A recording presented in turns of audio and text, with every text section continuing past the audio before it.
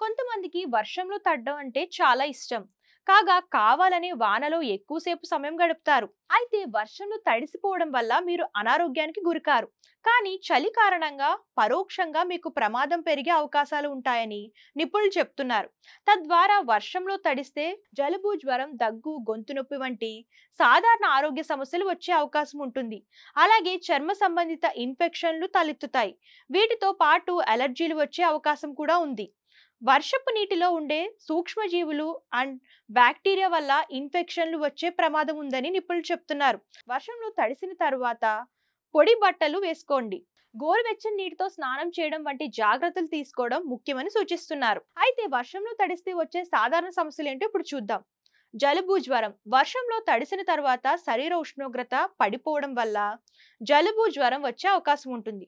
కాగా జాగ్రత్తలు తప్పనిసరి. ముఖ్యంగా చిన్నపిల్లల విషయంలో మరింత కేరింగ్ గా ఉండాలని నిపుణులు చెప్తున్నారు. దగ్గు, గొంతు నొప్పి. వర్షపు నీటిలో ఉండే సూక్ష్మజీవులు గొంతు ఇన్ఫెక్షన్లకు కారణం కావచ్చు. ఇది దగ్గు, గొంతు నొప్పికి దారితీస్తుంది. చర్మ ఇన్ఫెక్షన్లు. వర్షపు నీటిలో బ్యాక్టీరియా, ఇతర సూక్ష్మజీవులు ఉంటాయి. ఇవి చర్మ ఇన్ఫెక్షన్లకు కారణం అవ్వచ్చని నిపుణులు అంటున్నారు. అలర్జీలు. వర్షంలో తడిసిన తర్వాత చర్మం దద్దుర్లు, దురద వంటి అలర్జీలు రావచ్చు.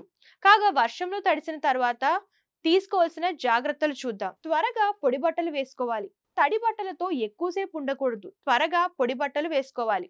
గోరువెచ్చని నీటితో స్నానం చేయాలి. గోరువెచ్చని నీటితో స్నానం చేయడం వల్ల శరీరం వేడెక్కుతుంది. అంతేకాకుండా ఇన్ఫెక్షన్ల ప్రమాదం తగ్గుతుంది. వేడి పానీయాలు తీసుకోవాలి. వేడి టీ, కాఫీ లేదా సూప్స్ వంటివి తీసుకోవడం వల్ల శరీరానికి వెచ్చదనం లభిస్తుంది. విటమిన్ సి అధికంగా ఉండే ఆహారం తీసుకోవాలి. నిమ్మ, నారింజ వంటి పండ్లు విటమిన్ సి అధికంగా ఉంటాయి. ఇవి రోగనిరోధక శక్తిని పెంచుతాయి. కూరగాయల రసాలు, బత్తాయి రసం, జామకాయలు వంటివి కూడా తీసుకుంటే ఇమ్యూనిటీ పెరుగుతుంది.